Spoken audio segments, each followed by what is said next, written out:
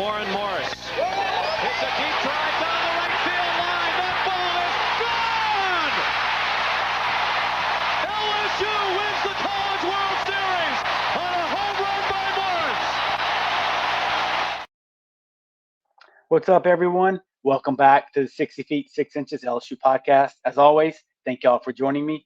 In this episode, I will preview the upcoming 4-game weekend series for the Tigers. Yes, 4 games as they take on Butler and Central Connecticut State. I will give you my 3 keys to the weekend, the get right, stay right list, the weekend prediction, and finally finish it off with the SEC rundown. As always, you can find the 60 Feet 6 Inches LSU podcast on Apple, Google, Spotify, and other major audio platforms. If you're reviewing this on the 60 Feet 6 Inches YouTube channel, please make sure to subscribe so you don't miss out on any of the content throughout the year. On Twitter, the account is at 60FT6IN LSU Pod. Once again, that's at 60FT6IN LSU Pod. Make sure to hit that notifications bell and interact with me during the games and throughout the weekend. If you missed the last episode, I reviewed the 3-0 LSU win over Texas in Austin. As always, that podcast is linked on Twitter, an account in the podcast and YouTube versions. So let's get into it. LSU versus Butler and Central Connecticut State this weekend. But first, let me explain and go over the schedule for the weekend since it is a bit different. Friday night, LSU will play Butler at 6:30. On Saturday afternoon, LSU will play Central Connecticut State at 1:30. Then coming back to do it all over again on Sunday, LSU versus Central Connecticut State at 1 o'clock. And then Friday, Monday night, LSU finishes up their weekend series with a game versus Butler at 6:30. Each team will play 4 games, with LSU being the only team to play 1 game each day, while the other 2 squads will play a doubleheader one day. A bit of an overview for the Tigers so far in 2023. LSU comes into this weekend series ranked number 1 in the country. They are 7-1 on the year. Their team batting average is .304. They've hit 14 doubles and 11 home runs. In my opinion, the power numbers seem a little bit down, as you may have thought they would be at this point in 2023. Dylan Cruz is 19th in the country in batting average, hitting .519 on the year. He is 7th in the country in on-base percentage. The Tigers' team ERA is doing very well in the 4s, but they are holding their opponents to a .197 batting average, giving up the 10th fewest hits allowed per 9 innings pitched in the country. Paul Skeens is also number 2 in the country in strikeouts, and I would imagine that number will go up this weekend. Fielding percentage, just a true bright spot for LSU this year. They are fielding at a .989 clip, which is good for 16th in the country in this young season. An early gold-plated money stat for y'all: Gavin Dugas has hit in every game this season, so it's an 8-game hitting streak. And both Dugas and Cruz have been on base, in all 8 games this season. So if you want to impress your friends and your baseball aficionados out there, throw them that gold-plated money stat. Now I'm going to break down each of LSU's opponents for the weekend. First, we're going to start off with the Butler Bulldogs out of Indiana, probably better known for their basketball team. Coming into this weekend, Butler is 2-6 on the year. They're on a 5-game losing streak. They did come off a very tough weekend series where they traveled to Campbell, and Campbell was a regional team last year. In 2022, it was a rough year for Butler. They finished 20-35-1 with a 4-16 record in the Big East. And for 2023, Butler is picked to finish last in the Big East. Some team stats for this young season for the Bulldogs. So in 2023, Butler as a team is hitting .238, which is not very good. They have 3 guys over 300, and they've only hit 5 home runs on the year. So far, they've already struck out 93 times, which is a ton. And by comparison, LSU has struck out 74 times as a team in 2023, and that's coming off the back of 4 games in which the Tigers struck out double digits. So Butler, a ton of swing and miss in that lineup.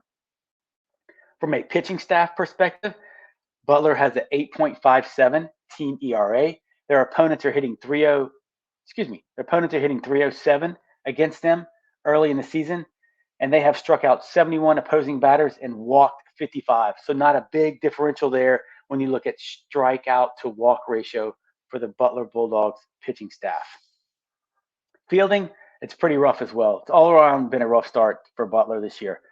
They have committed 18 errors in 8 games so far, which is good for a .939 fielding percentage. In terms of some of their key players to watch for Butler this weekend, they have 2 very good starters. I have a feeling LSU is going to see a left-handed starter, much to the chagrin of all the LSU fans listening to the pod right now. I think I heard a collective sigh. But I have no clue, no idea how to predict who LSU will see on Monday when they wrap up the weekend series facing Butler. I believe LSU is going to face left-handed pitcher Corey Bosecker, who has a 2.70 ERA with 10 innings pitched, 14 Ks, and only 4 walks.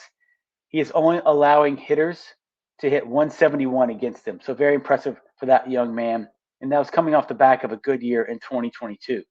They also have right-handed pitcher Aaron Baracus. He is 1-0 in 2023 with a 2.0 ERA, 9 innings pitched, 9 hits, and 8 Ks. If I'm the Butler coaching staff, they actually play 2 games on Friday. They play Central Connecticut State first and finish with LSU. I'm definitely throwing the lefty Bosecker versus the Tigers bats. And maybe the Monday guy, this is a total shot in the dark by me, it may be Alex Voss. He has 1 game started on the year with a 4.70 ERA. In 7 2/3 innings pitched, Voss has allowed 10 hits with 8 Ks. In terms of their hitters, this is pretty impressive. It really starts with a freshman. His name is Joey Urban. He is an infielder. He leads the team in basically every category in 2023. He is hitting .371 with 3 doubles, 2 triples, and 3 home runs. So an impressive start to the season by that young man. They also have a San Diego State transfer by the name of Xavier Carter, who is hitting .308. They also have a Louisiana connection for Butler. They have Scott Jones, who played at LSU E in Eunice, has since gone on to Butler. He's a Sulphur kid, so it'll be nice coming for him. He is hitting .300 on the year for the former Louisiana product.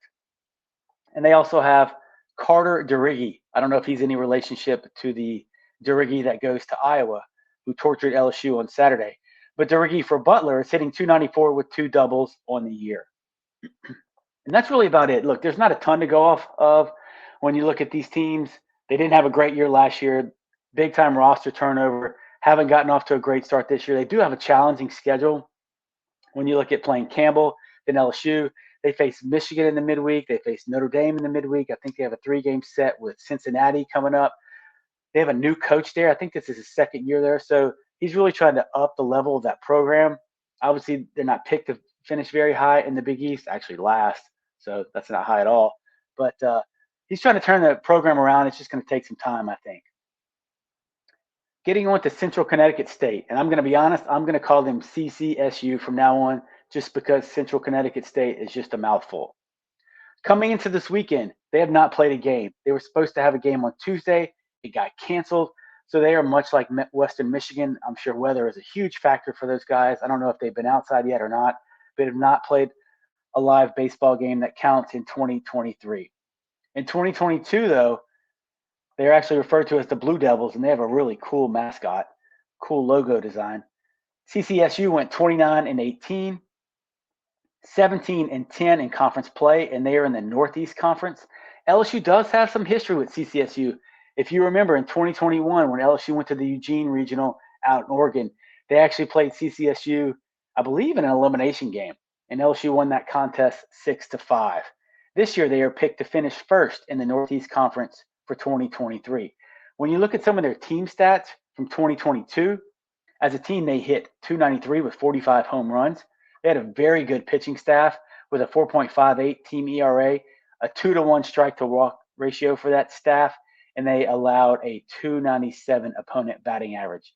A pretty good fielding team as well were the Blue Devils in 2022, as they came in with a .974 fielding percentage. But when you look at their roster in terms of their turnover from last year to this year, the strength of their team undoubtedly lies in the arms they have. They have some very good arms that have returned. And once again, big collective sigh, they have a bunch of lefties. And I'm sure LSU is going to see probably 3 of them throughout the weekend. In terms of the hitting, a ton of turnover when you look at the infielders and outfielders. And I think that's going to be a little bit rough for the Blue Devils this weekend, facing the arms that LSU will throw out at them. But let's get into the strength of that team for Central Connecticut State, the pitching. They have all Northeast Conference first team selection returning, and that is left-handed pitcher Anthony Mazzucato. Last year, he had a 7-4 record with a 3.25 ERA. I tell you what, I'm getting ready to get in some of these Italian names, and I'm Italian myself, but Bill Franquez is definitely going to have his work cut out for him this weekend when he announces the CCSU players. The Blue Devils also return left-handed pitcher and starter Vincent Spazzucco. He was the 2022 Northeast Conference Rookie of the Year. He went 6-2 last year with a 3.77 ERA. And if I had to bet, I think LSU is going to face him on Saturday. They also have an all Northeast Conference first team reliever in Luke Garofalo. Truly impressive stats. Luckily, he is right-handed. He was 5-1 last year with 3 saves, a 1.26 minuscule ERA. That's amazing in this day and age. 57 Ks and 43 innings pitched. So he threw a ton of innings. It's not like he only threw 20 innings with a 1.26 ERA. 43 innings pitched, 3 saves, 57 Ks, and a bunch of appearances for Luke Garofalo. Another left-handed pitcher that could start is Dominic Niemann. He was 4-4 last year with a 3.62 ERA. So LSU faces Butler, Central Connecticut State, Saturday, Sunday, then Butler again. So I think CCSU will probably start a lefty on Saturday and then a lefty on Sunday versus LSU, if I had to guess. And then you're looking at Butler potentially starting a lefty. So LSU is going to get their fair share of lefties thrown at them. And last weekend, they really struggled when you look at the left-handed starter for Kansas State and then the lefty Simpson that came in relief of Iowa and really shut the Tigers down through his 4-inning stint.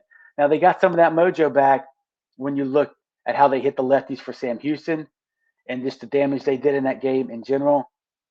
Up and down versus the lefties they saw from Texas. So this weekend will be a bit of a challenge. I don't know what these guys' stuff looks like, but just in terms of LSU's overall struggles versus left-handed pitchers early in 2023, I think they're going to see a ton of them this weekend. When you look at CCSU's hitters, the main guy that stands out is Hunter Pasqualani. Second team All Northeast Conference last year. He was 4th in the conference batting average with a 338 clip, 2nd in runs scored, and 3rd in hits. After that, there's a really big drop-off, in my opinion, as most of these key hits are gone. They do return Michael Torniero, who hit 275 and 4 bombs last year for the Blue Devils. Also, Kyle Gordon returns. He hit 357 in a part-time starting role, so I'd imagine he's going to be a starter this year. And then you have Joe Rios, who hit 5 home runs as well in 2022 for Central Connecticut State. Now moving on. What are my 3 keys to the weekend for the Tigers? 1, starting pitching. Remove Paul Skeens. I think he's going to dominate on Friday. I have no reason not to believe he will just continue to put up zeros and rack up the K total. But how will these other starters do? I think you will see Riley Cooper again on Saturday and Chase Shores again on Sunday. And hopefully Shores gets to be extended a little bit to where we're getting past the 2-inning mark, and hopefully he can go 4 innings on Sunday. Monday, flip a coin. I think it could be Hurd, Floyd, or even somebody like Blake Money. One thing to take into account, LSU does have a midweek game this week against a very good Lamar team who has beaten Texas A&M this year. So you wonder if Jay Johnson and Wes Johnson decide to save Hurd for Wednesday. I would probably keep him on Monday and then look at going Money, Floyd if you need to on Wednesday, because then you have a good Sanford team coming in next weekend. I think it is key for the other 3 starters to establish themselves in terms of the Saturday, Sunday, Monday guys. I look for them to have good, efficient, and clean outings. To me, it would be very worrying if one of those Saturday, Sunday, Monday guys got knocked out in the 2nd or 3rd inning versus one of these teams coming in. And then you have to tax the bullpen. The second key to the weekend for me is hitting. Can LSU cut down on the double-digit strikeout totals they have been racking up the past 4 games? 54 strikeouts in the last 4 games. Not a great trend. And can they show the ability to score in more than 2 or 3 innings in a game? Much like they did versus Sam Houston, I think it is a lot to ask to score 16 runs in every game this weekend, but they can continually put pressure on these pitchers that they're going to face, drive up pitch counts, capitalize with runners in scoring position. And I really look for them to score in multiple innings throughout all four contests, unless some of these lefties that get thrown at them are very dominating. I would love to see those guys score one in the first, two in the third, one in the fourth, maybe two in the sixth, and one in the eighth. Just constantly on base, constantly putting pressure on these other teams' pitching staffs. And that's what stresses them, and that's what wears them out, and that's what gets you into the bullpen. And when you're facing teams like this, they may have a couple of good frontline starters and maybe one, possibly two guys in the pen they can rely on, but they're not going to have the depth. And then when you look at a 4-game series, these guys are going to get very taxed when you get to games 3 and 4. Finally, my third key for the weekend, role players. I'm excited to see a lot of these guys that haven't gotten a lot of run in 2023 play this weekend. Hopefully they get their shot, they get multiple ABs. From the pitching side of things, they get multiple times to pitch, or they get stretched out beyond an inning or an inning and a third. Guys specifically that I'm thinking about are veterans like Beloso, Pearson, Merrifield, Milazzo, Travinsky, and then younger guys such as Kling. We've seen him in and out the lineup, but I would love to see him start another game beginning to end and get 3 to 4 ABs, let him get on a little bit of a roll. And obviously, I think people really want to see more of Gavin Guidry and then Ethan Fry, whether it be at DH first or maybe even behind the dish. In the pen, I would love to see more of Garrett Edwards. I think he's proved throughout the fall and the spring and the early appearances this year that he could be a factor in that pen. So I would love to see him throw twice. Ackenhausen, old nasty Nate, he absolutely dealt against Texas, so can't wait for his next outing whenever that comes this weekend to see if he continue on that trend that he established versus the Longhorns. And then money, what's going to be their role this weekend? Do they come in and put out a fire, or are they saved for Monday and maybe split up that start, or are they saved again for Wednesday versus Lamar? Also, Griffin Herring from the left side. He's going to add a lot of value, and I think the more innings he gets under his belt before conference starts, the more confidence he's going to gain, adding to the left-handed arsenal we have down there with Ackenhausen and him, and who knows what happens with Cooper as we move along in the season. And this is something else I've been thinking about, and I may have missed Jay Johnson say this in a press conference, or this may have appeared in a newspaper article, but I don't know what's going to happen with DJ Primo, Aiden Moffitt, and Nick Bronzini. Those are all young freshman pitchers. They haven't appeared in a game of yet, so I don't know if those guys have already been told that they're going to redshirt, or were they waiting for a weekend like this to get their feet wet, to get them out on the mound against a little bit of an inferior opponent with Butler and Central Connecticut State coming to town. All right, get right, stay right. Here it is. This is one of my favorite segments. Hopefully y'all enjoy this too. First off, let's go get right. Who needs to get right this weekend in this 4-game set? First off, Tommy Tanks. Yes, I think he's still injured. He's coming off that injury from the first game of the season, and he just probably hasn't hit like himself, in my opinion, or what you've expected from the number one transfer portal guy in the country. I would love him string together 4 games of multiple hits, and it'd be a fabulous time to get his first home run as a Tiger. Yes, he hasn't hit one as a Tiger yet. On the year, Tanks is hitting .222 with 2 doubles and only 1 RBI. Tommy Tanks, he's right up there on my get right list. Number 2 on the get right list, Trey Morgan, who usually hits around Tanks in the lineup. I think he's been a little off as well. We know he ran into the wall in Round Rock last weekend. It seems like it hasn't really affected him, but I don't know if it's been affecting him at the plate. This year, Morgan is hitting .269 with 7 hits on the year. But we got to remember, 4 of those hits came against Southern when he hit for the cycle. So if you look at 7 other games, he only has 3 hits in 7 other games. So I would love for him to have a very similar weekend to Tommy White. Multiple hits in multiple games, hit another ball out the park, and just have an overall great, typical Trey Morgan weekend. He's hitting balls opposite field. He's smashing doubles. Just getting back to getting into the 300s for that young man. And then finally on my get right list is Bryce Collins, the right-handed reliever for the Tigers. In his 2 appearances this year, he has looked a little off to me. He has 1 2/3 innings pitched, 4 walks, and 1 K. That's not the Collins that I remember from last year, and that's not the Collins I saw in the fall and the spring. Obviously, his velo's up, but his control is just off somewhere. And I would love to see him right the ship this weekend and get back to that 2022 performance. Hopefully, he can get multiple outings this weekend to where if he throws Saturday, let's say, then he can come back and throw again on Monday. Maybe he gets 2 innings Saturday and then 2 innings again on Monday to work out whatever kinks he's going through and get back on track before we start conference play. Now that's get right. Who needs to stay right? Well, I'm going with my man, Dylan Cruz. He is Mr. LSU. He is the alpha dog on this team for 2023. He is off to a great start. And I think he will definitely continue that this weekend. But I'm surprised he only has one home run on the year so far. But I know he's the first person that other teams circle when they sit down and talk about LSU and they go over the scouting report. He's getting pitched very tough this year, but I thought Cruz has shown phenomenal patience in several of his at-bats early in the year, and especially with two strikes. I think his two-strike approach has been amazing. For the year, Cruz is hitting .519, and he has a .649 on-base percentage. He also only has 5 strikeouts to 7 walks. So a very patient approach by Cruz this year. We know he's getting pitched tough. We know they're not going to give him anything to hit if other teams can avoid it. And I think he's been amazing. He looks even more dialed in if that's possible. And I think he's even upped his game in the outfield. He's made really great catches going towards either gap or going back towards that center field wall. So stay right, Mr. Cruz. Another guy I want to stay right is y'all know how I feel about Ty Floyd.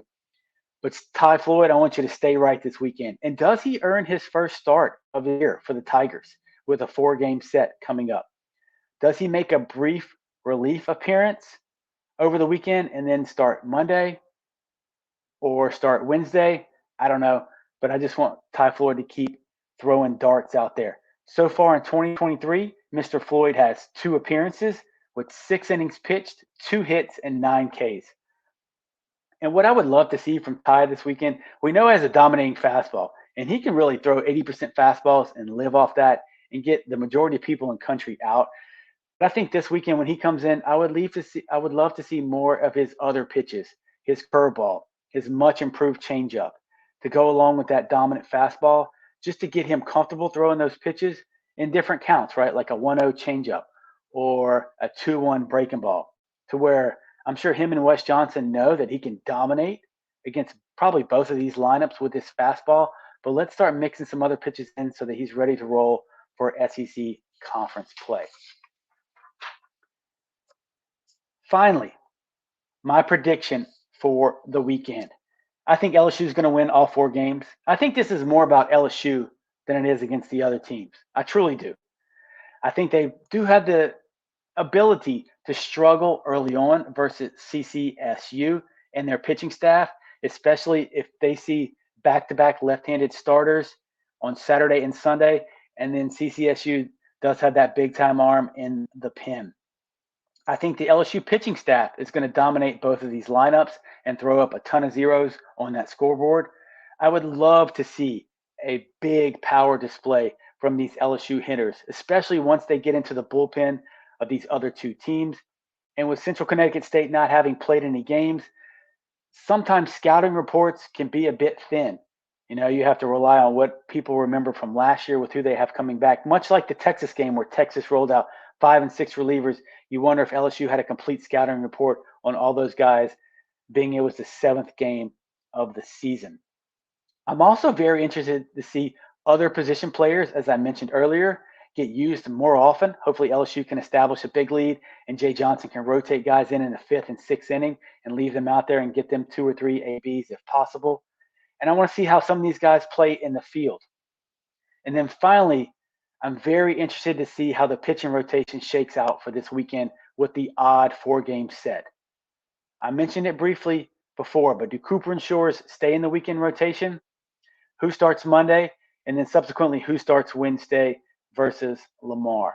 We know Jay Johnson doesn't like to release his pitching staff rotation, and sometimes it's even TBA. So I've been wrong the majority of this year. I'm sure I'll be wrong again, and JJ will throw us another curveball. All right, let's get into one of the newer segments we started here on the 60 Feet 6 Inches LSU podcast, the SEC Rundown, where I go over key SEC games for the weekend with our conference opponents and something you may want to look out for. there's not a ton of great matchups when I look at this weekend, but you have several teams that are still involved in tournaments out there. So this weekend, you have the Shriners Classic in Houston, which LSU has been a participant in multiple years. You have the Frisco Classic, so Frisco, which is just north of downtown Dallas. And then you have the Cambria Classic in Minneapolis. At Shriners, you have A&M taking on Louisville, Rice, and Texas Tech. I believe the Aggies, they struggled last weekend against Portland. Who would have saw that coming? But I think they go 2-1 in the Shriners Classic. Right off the bat, they play Louisville, and that's who they played in the Supers last year. So I'm sure there's some bad blood between those two teams. Rice is not nearly as good as you would all probably remember. And then Texas Tech, they've been on a bit of a roll, but by the time that game comes around on Sunday, who knows what these teams have left in terms of arms. In Frisco, you see the Bulldogs of Mississippi State as they will battle Ohio State, Cal, and Oklahoma. I think State goes 2-1 on the weekend, slugging their way to a couple of wins. And then if they do lose, kind of in typical 2023 Mississippi State fashion, it's going to be like 10-9 or 12-8. You know, they got to get that pitching figured out over there in Starkville. Heading up to Minneapolis, you have Ole Miss and Vanderbilt competing in the Cambria Classic. So they will take on Maryland, Nebraska, and Minnesota. So it'll be interesting because Ole Miss just played a 3-game set with Maryland, and it seemed like things got a little heated between those two teams. So they get to renew that mini rivalry that just took place in Oxford. To me, Maryland is by far the biggest test for either one of these two SEC teams. So I think Vandy will go 2-1 on the weekend, dropping a game just because I don't think they hit the ball that well. And I think Ole Miss will sweep this weekend. They've been pounding the ball as of late, but they did struggle with Louisiana Tech, dropping one game to those guys on Tuesday night, I believe, as Louisiana Tech went to Oxford and played a Tuesday-Wednesday midweek series. In Knoxville, the Vols take on a below-average Gonzaga team. You know, Gonzaga's been a regional team for the past couple of years, but they've really had a tough go early on in 2023, and their schedule has been kind of a nightmare, and it doesn't get any easier as they go to Knoxville to play in that bandbox. I think Tennessee is going to sweep those guys. So it'll be a 3-0 weekend for the Vols. Arkansas takes on Wright State. I think the Hogs go 2-1 on the weekend. And then actually a couple interesting series. You got some rivalry series going on this weekend as Miami travels to Gainesville to take on the Gators. So that should be a very fun and good series. I have Florida taking 2 out of 3 from the Canes. South Carolina to take their in-state rivalry team in Clemson. I got the Gamecocks sweeping that series as Clemson's down and South Carolina's riding high with a ton of confidence. They were my sleeper pick in the SEC East. And then finally, the Dogs take on the Ramblin' Wreck, Georgia Tech versus Georgia, and I have Georgia Tech taking 2 out of 3 from the Dogs. So that will do it for this week's preview of the upcoming weekend series as LSU takes on Butler and Central Connecticut State. Thank y'all for tuning in. As a reminder, subscribe to the YouTube channel so you can catch all the content and follow me on Twitter at 60FT6IN LSU Pod. This podcast will be available on Google, Apple, Spotify, and all the other major audio platforms. Next up, we will do the weekend review series. And until next time, stay safe, and as always, go Tigers.